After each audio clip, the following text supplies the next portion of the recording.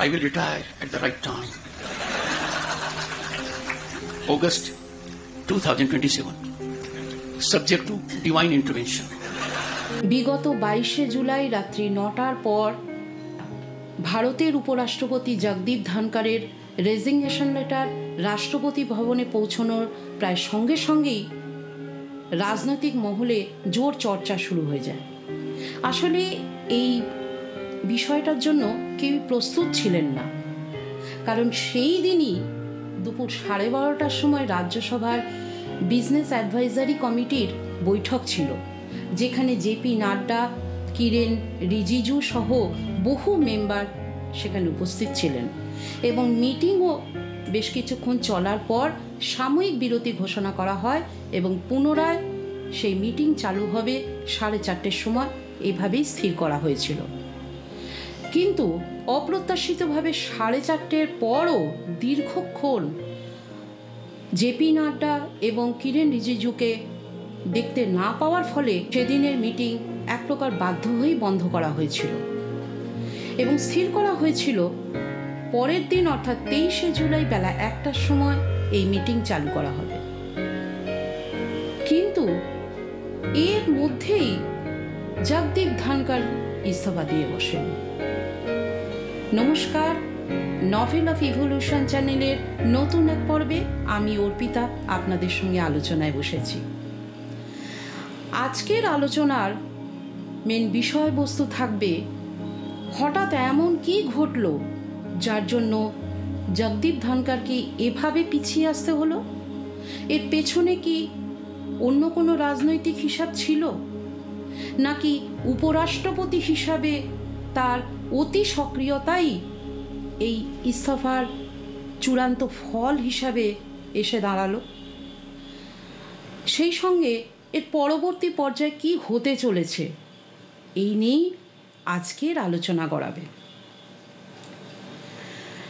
দেখুন, একটা খুব স্বাভাবিক প্রশ্ন মাথায় আসছে যে হেলথ ইস্যুকে দেখিয়ে জগদীপ ধনকর তার ইস্তফা দিয়েছেন সেটা খুব একটা বিশ্বাসযোগ্য নয়।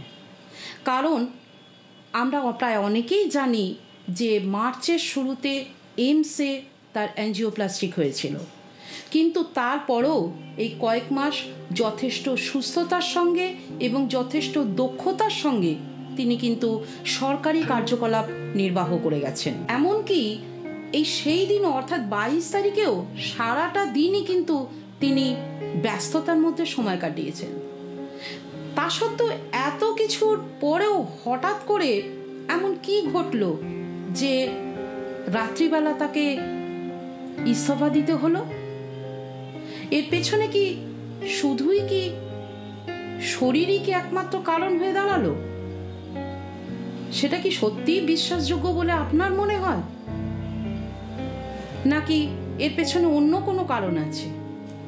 তা যদি অন্য কোনো কারণ থাকে সেগুলো আমরা একটু বিচার করে দেখি। এখানে প্রথমেই যে পয়েন্টটা আপনার সামনে তুলে ধরতে চাইছি আমি, সেটা হচ্ছে আসন্ন বিহার বিধানসভা নির্বাচনকে। এই বিহার বিধানসভা নির্বাচনের আগে বিহারের মানুষকে হাতে নেওয়াটা যে একটা দরকার সেটা তো প্রায় সবারই জানা। কারণ বিজেপি সরকার যে কখনোই চাইবে না বিহার হাতছাড়া হয়ে যাক, সেটা তো আপনারা সবাই জানি। তো সেক্ষেত্রে বিহারের মানুষকে হাতে রাখতে গেলে ধনকরের জায়গায় নীতিশ কুমারকে উপরাষ্ট্রপতি করলে ভালোই হয়, তাই না? আবার এই মঙ্গলবার বিজেপি বিধায়ক হরিভূষণ ঠাকুরও বলেছেন নীতিশ কুমারকে উপরাষ্ট্রপতি করলে বিহারের জন্য খুবই ভালো হয়। তো সেক্ষেত্রে এই পয়েন্টটা বেশ জোরালো, যা বিশেষজ্ঞ মহলও মনে করছেন। দ্বিতীয় জোরালো পয়েন্ট হিসাবে আপনার সামনে আমি তুলে ধরতে জাস্টিস যশবন্ত বর্মার কেসটিকে। এই জাস্টিস যশবন্ত বর্মার কেসটিকে ধরতে গেলে আমাদের প্রথমেই দেখতে হবে স্বল্প পড়াশোনা জানা লোক থেকে শুরু করে বিশ্লেষক প্রত্যেকেই প্রায় জানেন উপরাষ্ট্রপতি পদে থাকাকালীন ধানকারের বিচার ব্যবস্থা তথা সুপ্রিম কোর্টের সঙ্গে তার যে একটা সুখকর সম্পর্ক ছিল না, সেটা কারোরই অজ্ঞাত ছিল না। কারণ সুপ্রিম কোর্টের আর্টিকেল 142 ব্যবহারকে গণতান্ত্রিক শক্তির বিরুদ্ধে নিউক্লিয়ার মিসাইল বলা থেকে শুরু করে জাস্টিস ভার্মার ঘর থেকে পাওয়া কোটি কোটি টাকা উদ্ধার হওয়াকে নিন্দনীয় ঘটনা বলা, এই সব কিছুই যেন তার পদ সাপেক্ষে যথেষ্ট কন্ট্রোভার্সিয়াল। এবং তৃতীয় এবং শেষ কারণ হিসাবে যেটা বলা যেতে পারে সেটা হচ্ছে অপমান এবং অপোজিশনের সঙ্গে বৈঠক।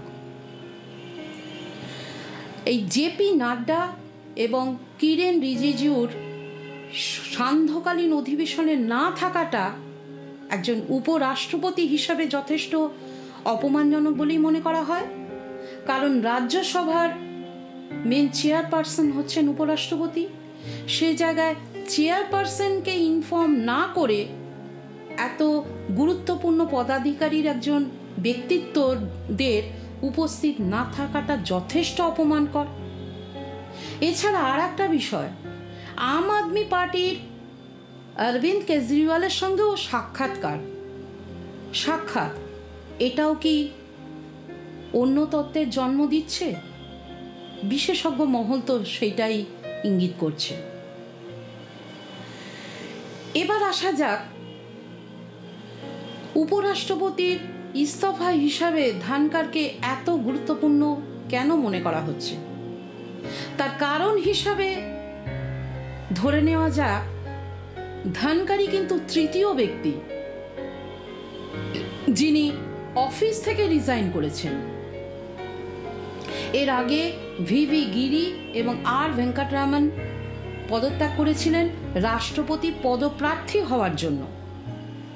এছাড়া এই ধানকারের ইস্তফাকে কেন্দ্র করে কোনো ফেয়ারওয়েল অনুষ্ঠানও কিন্তু ফেয়ারওয়েল স্পিচ কিন্তু অনুষ্ঠিত হয়নি। এত কিছুর মধ্যে এটা মনে হয় নাকি এটা কি ইস্তফা নামের পর্দার পেছনে বরখাস্ত নয় তো? এত কিছুর সঙ্গে সামান্য শরীর খারাপের দোহাই দেওয়াটা কি সত্যি বিশেষজ্ঞ মহলের কপালে চিন্তার ভাঁজ পড়বে না?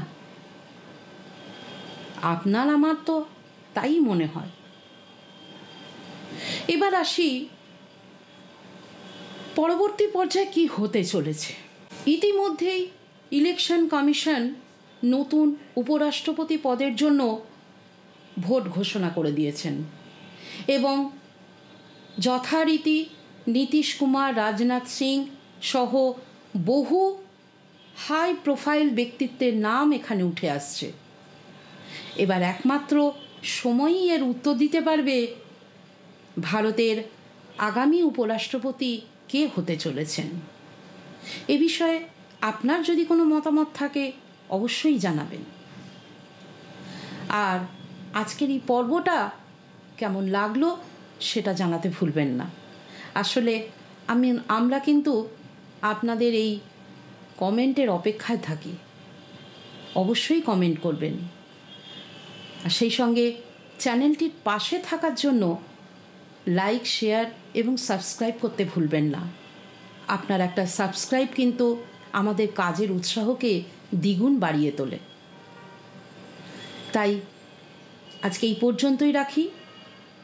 আবার অন্য একটা পর্বে আপনাদের সঙ্গে আমি আবার এসে হাজির হব। ততদিন ভালো থাকবেন। নমস্কার।